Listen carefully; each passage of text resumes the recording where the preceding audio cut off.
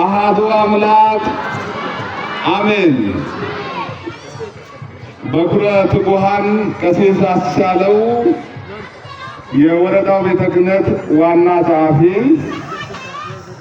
በኩረ ትጉሃን ቀሲስ አይምሮ የዚህ ደብር ታላቅ አስተዳዳሪ፣ የዚህ የጨለለቱ ከተማ ከንቲባ፣ እንዲሁም የሥራ ኃላፊዎች፣ አባገዳዎች፣ የሊቃውንተ ቤተ ክርስቲያን፣ እዚህ የተሰበሰባችሁ ሁላችሁም በጌታችን በአምላካችን በመድኃኒታችን በኢየሱስ ክርስቶስ ስም እንደምን ዋላችሁ? ድምፃችሁ አይሰማም። እንደምን ዋላችሁ? እንደምን ከረማችሁ? የምስጋና የክብር ባለቤት እግዚአብሔር ስሙ ለዘላለም የተመሰገነ ይሁን።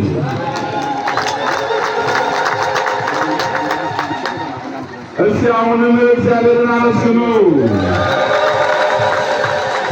አረ ምስጋና ያንሳል። ይህንን ጌታ አመስግኑ።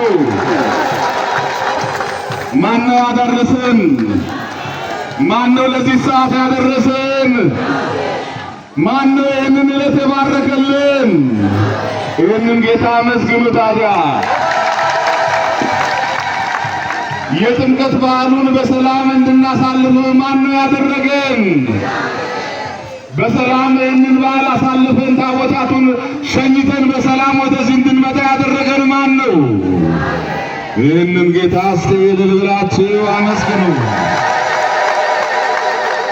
ወንድሜ ምንድነው ያለው? አንድ ስማርት ፎን ስልክ ጠፍቷል። እባካችሁ ቤተክርስቲያን መጥቶሽ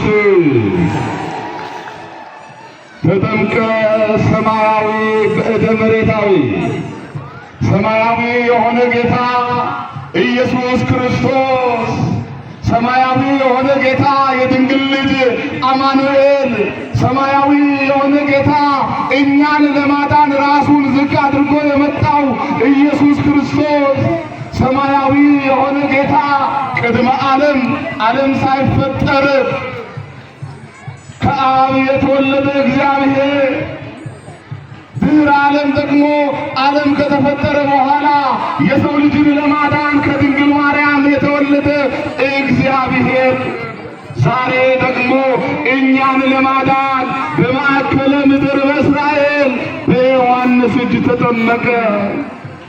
ጌታ የተጠመቀው እኛን ለማዳን ነው። ቅድም ጠዋት እንደተማርነው የመጀመሪያው የዕዳ ደብዳቤያችንን ሊደመስስልን ነው። ተጽፎብን የነበረ የዕዳ ደብዳቤ ነበረ። ይህንን የዕዳ ደብዳቤ ነቢያት ሊደመስሱ አልቻሉም። ይህንን የዕዳ ደብዳቤ ሌሎች አበው ሊደመስሱልን አልቻሉም። በመንግስቱ ሽረት በመሐሪው ሞት የሌለው እግዚአብሔር ግን ከድንግል ማርያም ተወልዶ የዕዳ ደብዳቤያችንን ደመሰሰልን። ክብር ለመድኃኔዓለም ይሁን። እስቲ መድኃኔዓለምን አመስግኑት። ሁለተኛው ነቢያት ስለሱ ትንቢት ተናግረው ነበረ። ቅዱስ ዳዊትም ባህር አይታ ሸሸች፣ ዮርዳኖስም ወደ ኋላ ተመለሰች ብሎ ነበረ። ዮርዳኖስ ምንጩ አንድ ነው፣ ነገር ግን ይፈስና ኋላ ላይ ይለያያል፣ መጨረሻ ላይ ደግሞ ይገናኛል። አይሁዳዊ የግሪክ ሰው የለም፣ ጨዋ ወይም ሕዝብ አሕዛብ የለም፣ ሁሉም በክርስቶስ ኢየሱስ አንድ ነው ይላል። አንድ ያደረገን አማኑኤል ነው። አንድ ያደረገን ኢየሱስ ነው።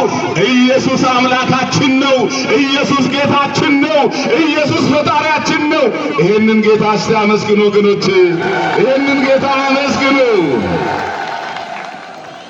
ርቀው የነበሩትን ያቀረበ፣ ረክሰው የነበሩትን የቀደሰ፣ ተጣልተው የነበሩትን ሰውና እግዚአብሔር ሰማይና ምድር ተጣልተው ነበረ። ይገርማችኋል። ነፍስና ሥጋ ተጣልተው ነበረ። ይህንን ያስታረቀ የእግዚአብሔር ልጅ እግዚአብሔር የሆነው ኢየሱስ ክርስቶስ ነው። ክብር ለአምላካችን ይሁን። እስቲ እልል ብላችሁ አመስግኑን ይህንን ጌታ። ትንቢት ተጽፎ ነበረ። ያን ትንቢት ለመፈጸም ተጠመቀ። የሦስተኛ ያነበብኳችሁ ሶስተኛው በማቴዎስ ወንጌል ምዕራፍ 3 ቁጥር 16 ላይ ኢየሱስ ክርስቶስ የተጠመቀው የእግዚአብሔር አንድነትና ሶስትነትን ሊገልጽ ነው። ኢየሱስ ክርስቶስ በዮርዳኖስ ወንዝ ቆሟል። አብ በሰማይ ደግሞ ምን ብሏል? የምወደው ልጄ ይሄ ነው ስሙት አለ። መንፈስ ቅዱስ ደግሞ በርግብ አምሳል ሆኖ አረፈበት። እግዚአብሔር አንድ ነው። ማን? እግዚአብሔር። እግዚአብሔርን አንድ እንላለን፣ ነገር ግን ሶስት ነው። ማን? አብ፣ ወልድ፣ መንፈስ ቅዱስ። ስንት ጌታ አለን ወገኖች? ስንት አምላክ አለን? በስልጣን ይሄንን ዓለም በመፍጠር በማሳለፍ አንድ አምላክ እንላለን። በስም አብ፣ ወልድ፣ መንፈስ ቅዱስ ሶስት። በግብር ሶስት። የአብ ግብሩ መውለድና ማስረጽ ነው። የወልድ ግብሩ መወለድ ነው። የመንፈስ ግብሩ ደግሞ ግብር ስንል ስራ ነው። አብ ወልድንና መንፈስ ቅዱስን አብ ወልድን ይወልዳል፣ መንፈስ ቅዱስ ከአብ ይሰርጻል። ወልድ ደግሞ ምንድን ነው? ይወለዳል። መንፈስ ቅዱስ ደግሞ ከአብ ይሰርጻል።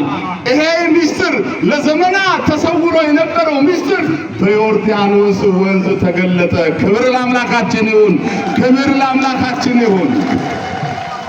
ማን ይወደናል? ተናገሩ፣ ጨርሻለሁ። ማን ይወደናል? ኢየሱስ በሉ። ማን ይወደናል? አረ ስሙን ጥሩ። ማን ይወደናል? ትወዱታላችሁ። ሁላችሁንም ይወዳችኋል። እልል ብላችሁ እስቲ አመስግኑ። ኢየሱስ ማንንም አይለይም። የሚወደው የሰው ልጆችን በሙሉ ነው። ሕዝብ የለም፣ አሕዛብ የለም፣ አይሁዳዊ የለም፣ የግሪክ ሰው የለም፣ ለሁሉም ሞቷል። ይሄ አምላክ ዛሬም ነው ወደ እኔ ይላል። ንስሐ ያልገባ እንዲገባ፣ የራቀ እንዲቀርብ፣ የተጣላ እንዲታረቅ በፍቅር በዚች ምድር ላይ እንድንኖር የፈቀደልን አምላካችን ስሙ የተመሰገነ ይሁን። አመስግኑታ። ካመሰገናችሁ በደም። ስለዚህ ወገኖቼ የዛሬውን በዓል ስናከብር ጌታችን መድኃኒታችን ኢየሱስ ክርስቶስ ስለኛ ብሎ የተጠመቀበት ነው። እኛ ደግሞ በሱ መጠመቅ ሶስት ጥቅሞችን አግኝተናል። የመጀመሪያውን ቅድም እንደተማርነው የዕዳ ደብዳቤያችንን ደምስሶልናል። ሁለተኛው ደግሞ በነቢያት ስለ እርሱ የተነገረውን ትንቢት ፈጽሞልናል። ሶስተኛው ደግሞ ምስጢረ ሥላሴን የእግዚአብሔር አንድነትና ሶስትነትን ገልጾልናል። ሌላ በጥምቀት ያገኘነው የእግዚአብሔር ልጅ ሆነናል። ሰው ከእግዚአብሔር በኃጢአት ተለይቶ ነበረ። በጥምቀት ግን የእግዚአብሔር ልጅ ሆነ። ሰው በአብ በወልድ በመንፈስ ቅዱስ ስም ሲጠመቅ የእግዚአብሔር ልጅ ይሆናል። የእግዚአብሔር ልጆች ወይም የእሱ ልጆች እንድንሆን ያደረገን አምላካችን ስሙ የተመሰገነ ይሁን። ስለዚህ ይህን ጥምቀት በሰላም አክብረን እንድንፈጽም የረዳንን እስቲ እግዚአብሔርን አመስግኑ። አረ ምስጋና ያንሳል። ይህ ጥምቀት በሰላም ተፈጽሞ እንዲህ ባማረ ሁኔታ እንዲሳካ ያደረጉ የመንግስት አካላትን፣ የከተማው ኃላፊዎችን፣ ጥበቃዎችን፣ ፖሊስን፣ አጠቃላይ በመንግስት መዋቅር ያሉትን ሙሉ እስቲ እልል ብላችሁ አመስግኑ። ይሄ በዓል በሰላም ተጠናቆ እንዲህ ባማረ ሁኔታ ምንም ሳይጎል እንዲከናወን ያደረጉትን የቤተ ክርስቲያን አገልጋዮችን፣ ሊቃውንቱን ከወረዳው ጀምሮ ያሉትን ሁሉንም እስቲ አመስግኑልን ወገኖች። ማን ይመስገን? እግዚአብሔር በሉ። ማን ይመስገን? ክብር ለእግዚአብሔር ይሁን። ይበቃል። እሺ ምንድነው የሚሉት? በኩረ እንግዲህ እዚህ ከመጣን